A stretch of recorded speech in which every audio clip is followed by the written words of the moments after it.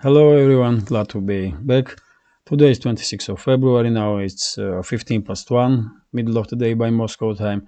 I'm Levan Gudadze and this is my channel in which I share latest updates on the news that are making headlines in Russian media outlets and Russian language pages on different internet platforms.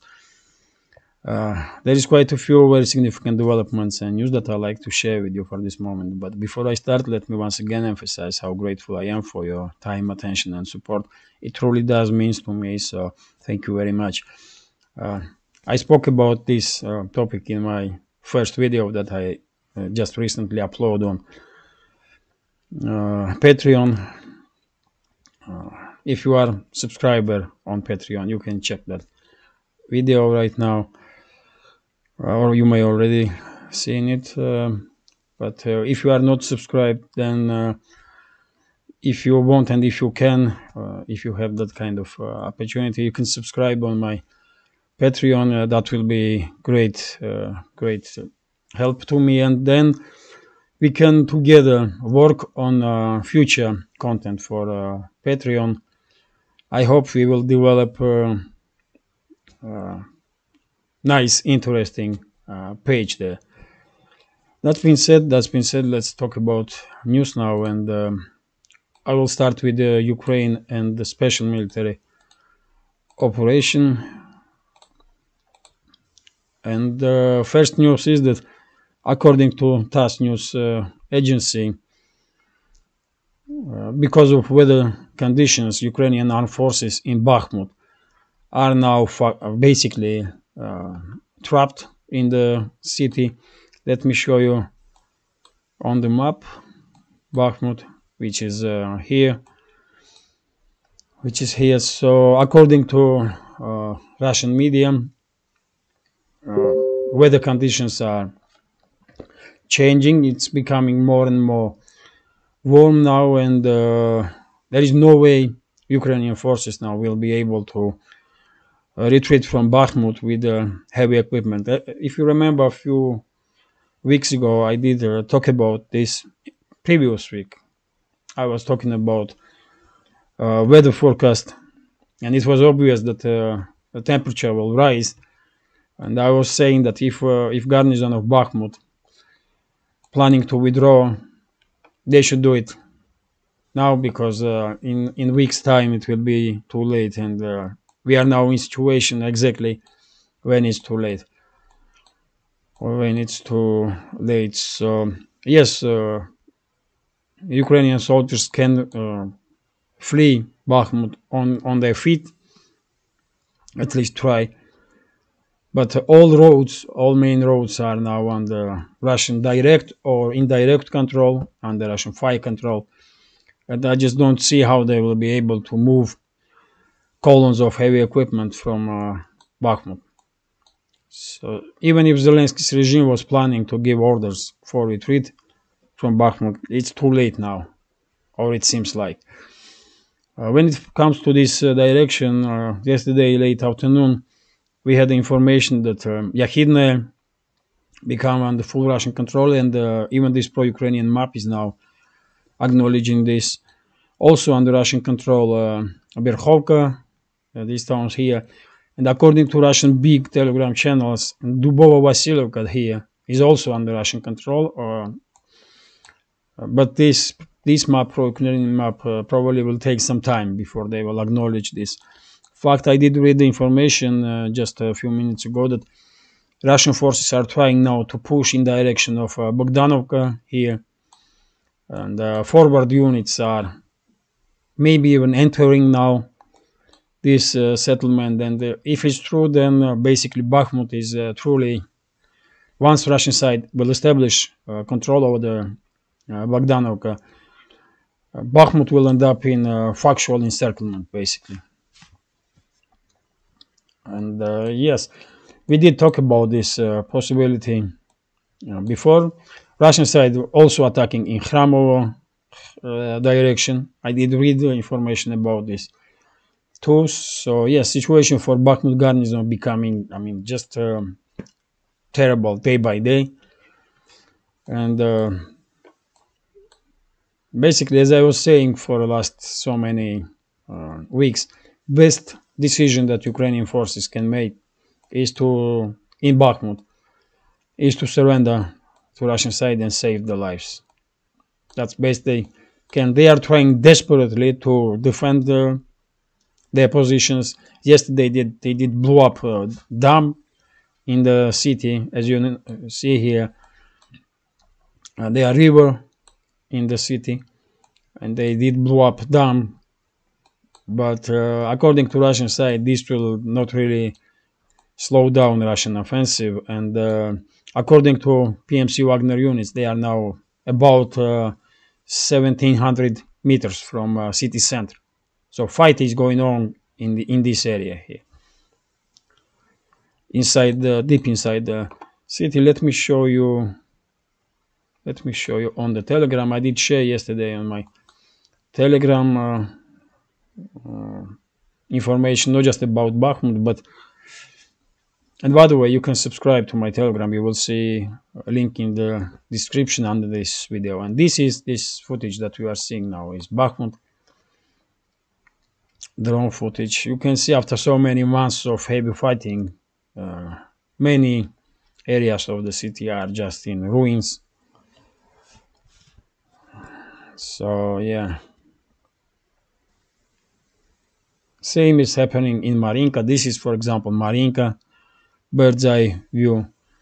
This is Donetsk direction, and as you can see, also there is no building left unharmed.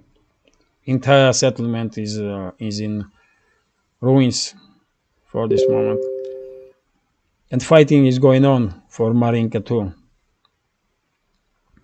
And before because I am on my Telegram, I will share with you a few more information. As you will probably understand that I cannot put in my video updates for my YouTube channel all the news that are coming on a daily basis. I have to choose news that I am sharing on my video, but on Telegram I do share tens of other news also. And this one, for example, is about articles in Chinese newspapers about Russian weapons that NATO truly scares. And first is Russian nuclear submarines of 955 project Borei. This is nuclear capable submarine, so it's understandable that NATO member states do scare, and they should, because this is some serious weaponry here. One these kind of submarines may take out entire country, or maybe even few countries. So it's scary stuff for sure. We have statement from Putin. He did talk about Western elites and their plans, and I will talk about it in my today's video update also. And we have, for example, information here that according to media, not just Russian but Western media, for example, China is now seriously considering to supply weapons to Russia. And first, primarily, we are talking about some attack drones, artillery systems, and ammunition for artillery. I did spoke about it, if you remember, a few days ago, and I was not happy about Chinese position, that China is trying to play some kind of neutral side here. And I did mention in my videos and in comment sections also that it's cannot, you cannot stay neutral if you are a friend, and if you see that I'm in trouble, you cannot stay neutral. If you are a friend, then just help me. And if you are not friend, then we should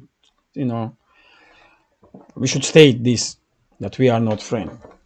Then China is acting like Russian friend, and if it's so, then Russia, it will be good if China will help Russia with weapons, because after all, entire NATO member states, man, all of them, almost all of them, there is few exceptions. Hungary, for example, did not send even single bullet, as I understand, to Zelensky's Nazi regime, and I applaud Hungary's government for this right decision and position. But many NATO member states are supporting Zelensky's Nazi regime, and Russia, from military standpoint, receiving assistance, I'm quite sure, from Belarus and Iran, and that's it really. For this moment, Syria will try to help at least, because they are thankful that Russia did help Syria and Syrian people to fight those terrorists. And yes, China is a significant player. If China will change its position and from this game of neutrality will openly stand on Russian side, then this will be a game changer, really, or this may become a game changer. And in my understanding, Russia truly does need some support with the drones, attack drones, maybe with some ballistic missiles. Why not, really, and with artillery also. So yeah. Interesting development. I'm not sure that China will truly help Russia militarily, but it would be a good gesture to build up trust between China and Russia, because as I mentioned many times in my videos, China and Russia are forced to develop relationships, and they are forced by Western elites, basically. Otherwise, relationships between Soviet Union, for example, and China was quite difficult, very difficult even. And since Soviet Union collapsed, Russia and China are, yes, building trust little by little. There are some improvements in economical and trade relationships, definitely, which is a big step forward, of course. But right now, it would not be,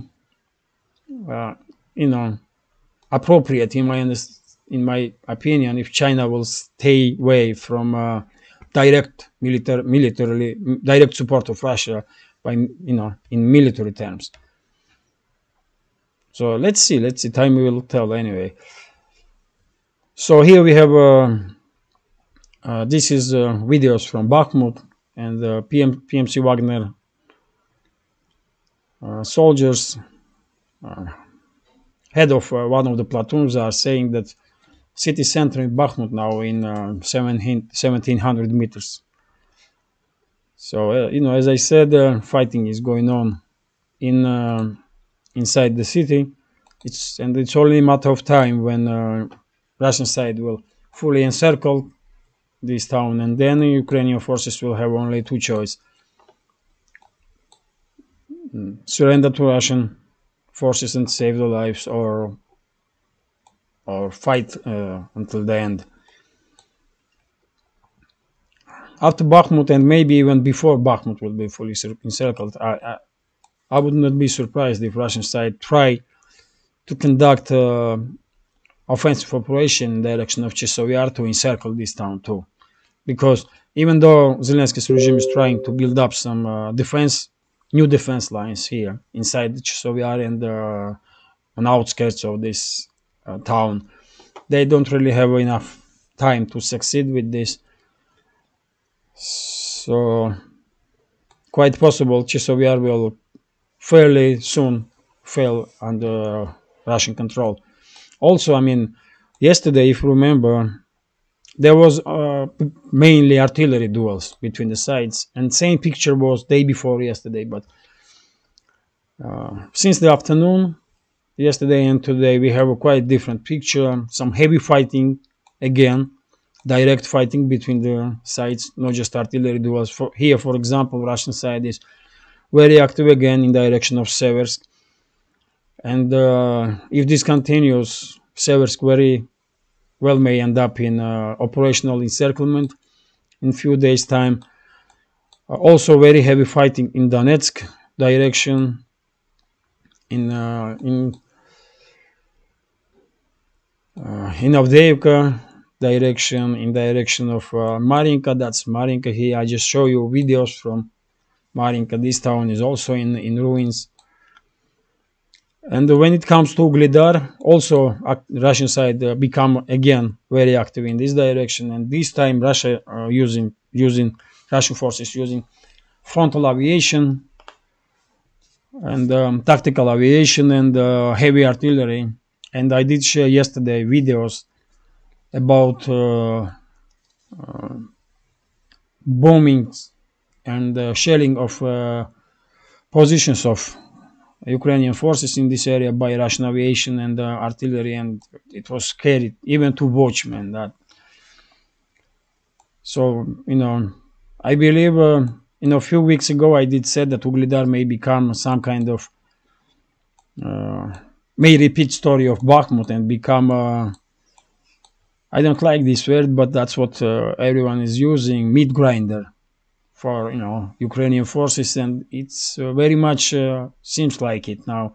Even Alexander Mercuris did stated in his update yesterday that Vuhledar may become another Bakhmut for Ukrainian forces when Russian side will try to provoke Ukrainian forces to enter this area more and more, and they will be, and then they will be take care of by Russian artillery and aviation. Yet again, time will tell, but we are definitely seeing activization of Russian side all around the front, basically. So I don't know what that is. I'm 90% sure that there will be no large-scale Russian offensive operation in this winter. It's only like few days left for this winter, and not even in spring. I think those formations, large Russian armed formations that are in Belarus and in Bryansk, Kursk, or Belgorod region, those formations, in my understanding, are kind of reserves for to conduct some defensive operations if it's necessary, and we can take it as a preparation for possible Polish open involvement in this conflict. I did spoke about it yesterday, so there is no need to repeat myself. But who knows, man? I can be wrong. Maybe I'm reading the big picture wrongly, and we are now seeing true preparation of Russian side for large-scale offensive operations. I mean, who knows? Time will tell. Let's continue, and this is TASS news agency, which is reporting that Croatian government did decide to hand over to Ukraine 14 Mi-8 transport helicopters, transport and attack helicopters. Uh, what can I say, man? Too bad for Croatian government, because Russian side will don't forget and don't forgive this kind of behavior. Croatian president does make time to time some adequate statements, but it seems like he not really has any say in Croatian politics, and the West is a main player there too. And we have a result of Western dominance. Croatia will send 14 its helicopters to Zelensky's regime. Of course, in these deliveries will not really change much on the front line, but from Croatia, this is a very unfriendly step, and we will remember this. You know. So this is RBK News Agency reporting. This is RBK News Agency reporting that Zelensky sent, and this reporting is based on article on CNN website. So Zelensky sent a letter to Washington. It seems like that letter was addressed to not just Biden, but to Congress, to U.S. elites basically, and he's asking for more weapons. And in general, I mean, mainly he's asking for F-16 jet fighters. That's main point of his letter. He's asking for F-16 jet fighters and long-range missiles. So, as I said yesterday, man, eventually U.S. will deliver, uh, will introduce its jets to Ukrainian conflict, into battlefield. U.S. will probably also send long-range missiles, but not now. This will most likely happen once Poland will create anti-Russian alliance, new anti-Russian alliance, and because, as you know, Poland, the Polish government is openly are talking about that they are working on creation of unity of some countries, NATO member countries, that will act unilaterally against Russia. And in my understanding, once Poland will finish its work to create this coalition, anti-Russian coalition, they will introduce their forces to battlefield under the umbrella of this coalition, not under the umbrella of NATO, because NATO formally is defensive alliance, and if Poland will enter Ukraine's conflict, this is not defense by any means. So Poland will act under the umbrella of this new anti-Russian coalition that they are trying to build. And once they build this coalition, which will be Poland, most likely Baltic states, Lithuania, Latvia, Estonia, maybe Czech Republic, maybe Slovakia also, maybe Romania. There are many Russophobe elites in European states. So this anti-Russian coalition may encounter some like 5-7 countries in it. So once they finish this work, they will start acting openly against Russia. They will introduce their forces into a battlefield, and that's the time when we see Western jets also being introduced to this fight, because those jets will operate from countries of this new anti-Russian coalition, not from Ukraine, but from those countries. That's been Baltic states.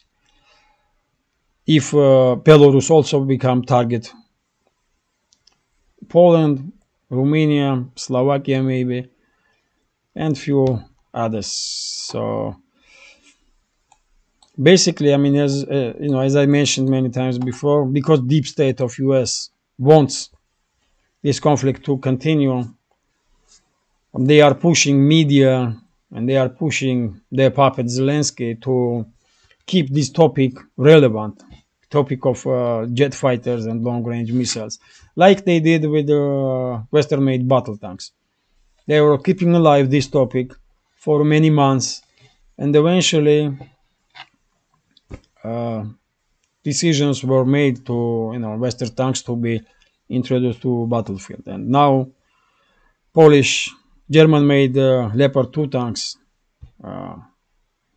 have been already sent to Ukraine, and they are not German tanks. They formally are Polish tanks, but they are German-made anyway. So for me, it's not really a difference. It don't make any difference. German did give permission to Poland to send those tanks to Ukraine. So Berlin is as guilty as Poland is. That's how we see, all of us in Russia, man. Majority of us, for sure. So same situation will happen with the Western jet fighters and long-range missiles. Once Poland, US and London will finish creation of this anti-Russian coalition that Warsaw is working so actively the last few months. Let's continue. We have TASS News Agency, which is reporting, and this is interesting also. Let me check how long is this video already. 25 minutes. Okay. Okay, a few more minutes and I will finish. Because yesterday's video was too long, man. And also, yes, TASS news agency is reporting that according to candidate on presidency in US from Republican Party, uh, Vivek Ramaswamy, and to be honest, I never even heard of this politician before. Never. I had to Google who he is, man. And well, it's obvious that he will never become, probably, he will never become a main candidate of Republican Party for presidency. Main candidates probably will be Trump and DeSantis. But at least, I mean, for now, this Vivek Ramaswamy is a formal candidate, a U.S. politician, that's for sure, and he stated that U.S. should stop. U.S. should reduce its involvement in Ukrainian conflict and should reduce army weapon supply to Ukraine, because in his understanding, main enemy for USA is China, and China should be main focus of U.S. activity, foreign activity. And well, I can understand he's coming from, where he's coming from, because U.S. Deep state and Western elites in general probably see China as a main enemy in terms of domination over the Indo-Pacific region, and I'm quite sure after Russia they will attack China, no doubts about it. And this politician Vivek Ramaswamy is basically saying what deep state of US really plans. It's quite sad when Western elites are just unable to accept that there are some other players in this world also, and world is multipolar already, and Western elites cannot dominate over this world. I mean, they cannot accept this, and that's why they see everyone as an enemy. I don't see no one country as an enemy. I don't want to see as an enemy. I see as an enemy Western elites, for example, and those globalists, and I see them as enemies, but I don't see countries as enemies. But Western elites have a different approach. They see not just elites of this or that country as an enemy, but they see entire countries as an enemy. That's why they want to destroy Russia, for example. That's why they want to destroy China. They won't destroy China, and they will take same approach about against any country that will emerge as one of the policies in its region. For example, Brazil. Brazil is a big player, and Brazil will definitely encounter Western aggression in political, in economical terms, because West will definitely try to keep Brazil under their dominance. Same will happen with South African Republic, because this is emerging economy and one of the main players in African continent, in that region. And same is happening with Russia and China. Western elites just are unable to accept that there can be other opinions also in this world. They want to dominate over the entire world. They won't probably create one world government or anything like that and just rule forever, But this is not happening, man. At least not in our lifetime, And that's why everyone takes those globalists as enemies, man. Everywhere, even in Western countries, because what they want is to, what Western elites and those globalists want is to make from current human civilization some kind of gray gray mass without cultural, ethnical identity, without any identity at all. They want to make some gray mass, because it's easier to rule over the um, that kind of population, isn't it?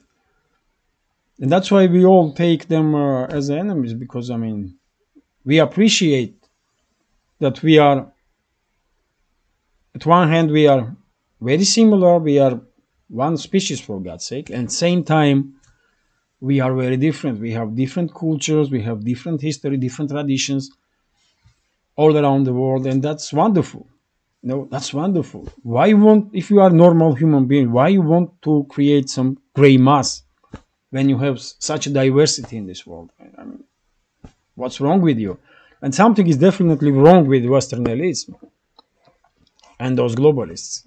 That's simple true, That's a fact. So that's why they are now openly saying that what, China is enemy, and they won't. They will activate this topic more and more because they want U.S. They want this propaganda to become dominant in the USA, so that they will, if U.S. citizens will truly believe that China is our enemy and Chinese want to come here and take our land or anything, and propaganda does crazy stuff, man. Some people may start believing this, that China will go to USA and attack USA, and this is crazy, man. China will never attack USA, only if China has to defend itself. But I just don't see why China should attack USA, man. I mean, it's just don't make any sense, really. But propaganda does some crazy stuff, and eventually people may start truly believe that Chinese are coming and they're gonna take everything from us and that kind of shit, man. And the US elites want this kind of propaganda. They want people to be scared because it's easier then to implement policies that they want.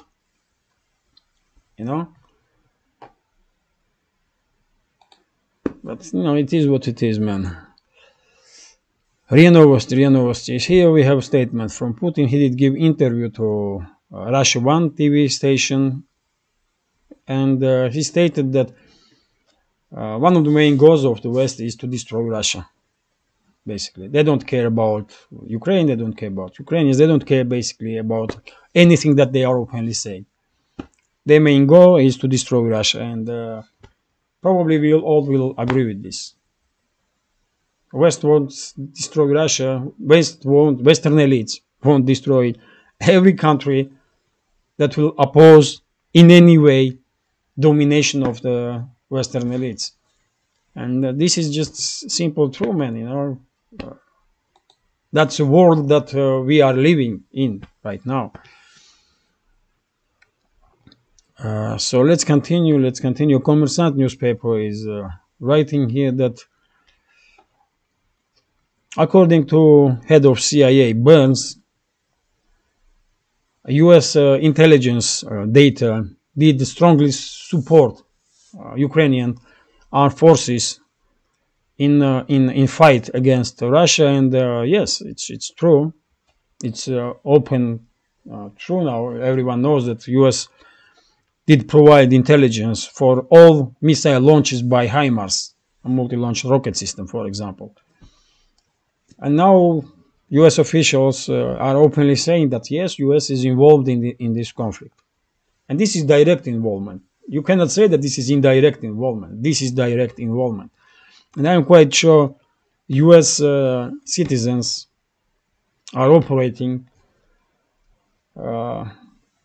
operations on the ground with those HIMARS, multi-launch rocket systems. I'm just quite sure about it, and times we are living in times when you can see high-ranking U.S. officials now openly are saying that yes, U.S. is openly involved in this conflict. They are providing Zelensky's Nazi regime with intelligence that are helping them to kill Russians. And Russia has every right to provide information to anybody that wants to kill US soldiers then, isn't it? Is it right approach? I'm not saying that Russia should do this, but that's logic that Bears is applying here. And as I said, we will never forget and we will never forgive. That's attitude we have in Russia. And today, Burns may think that he's impune.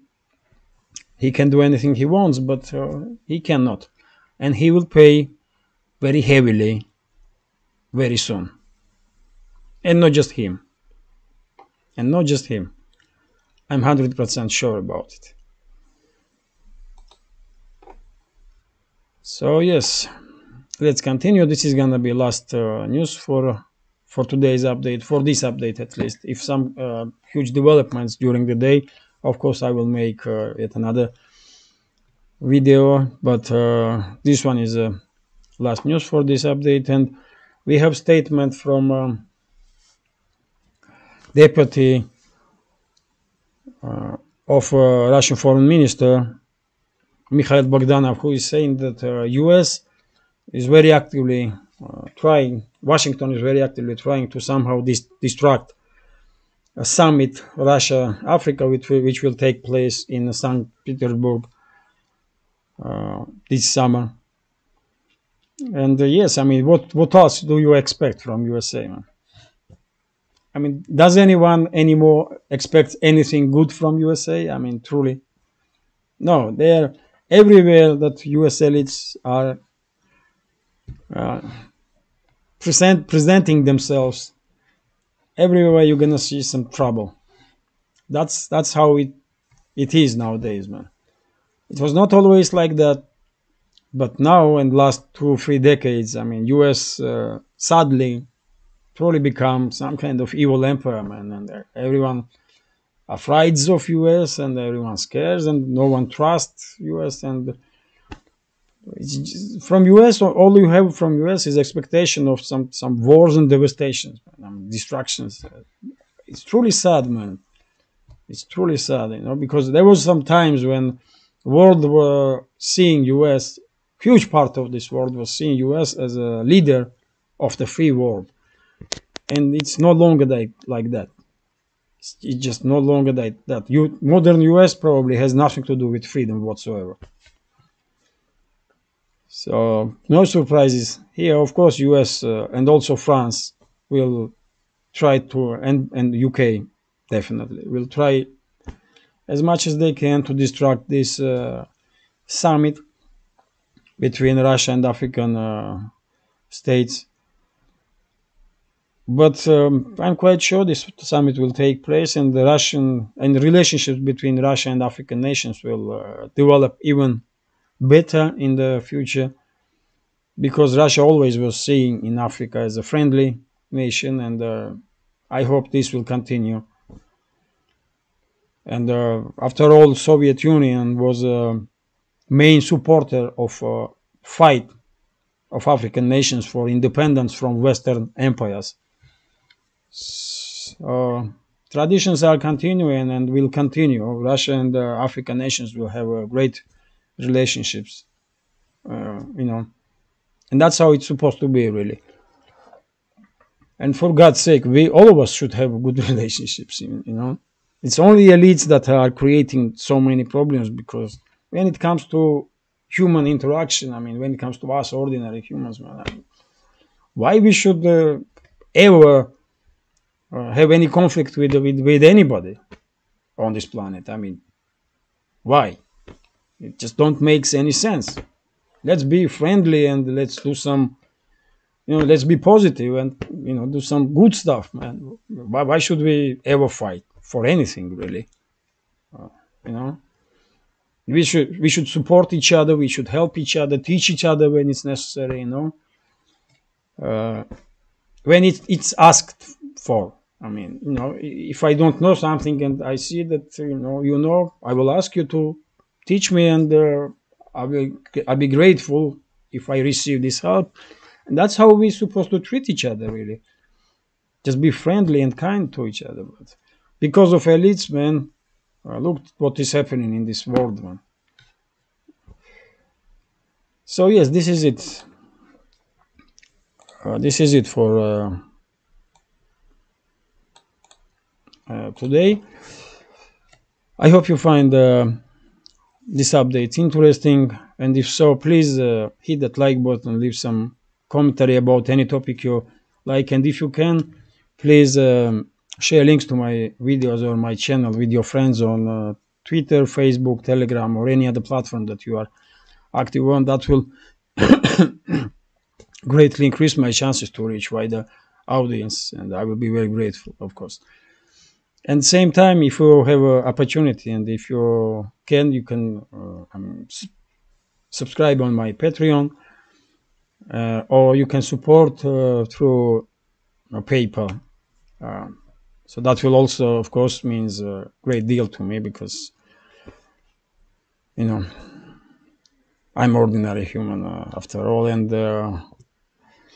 yes, I talk too much. So this is it. This is it for now. Have a nice day and take care. See you soon.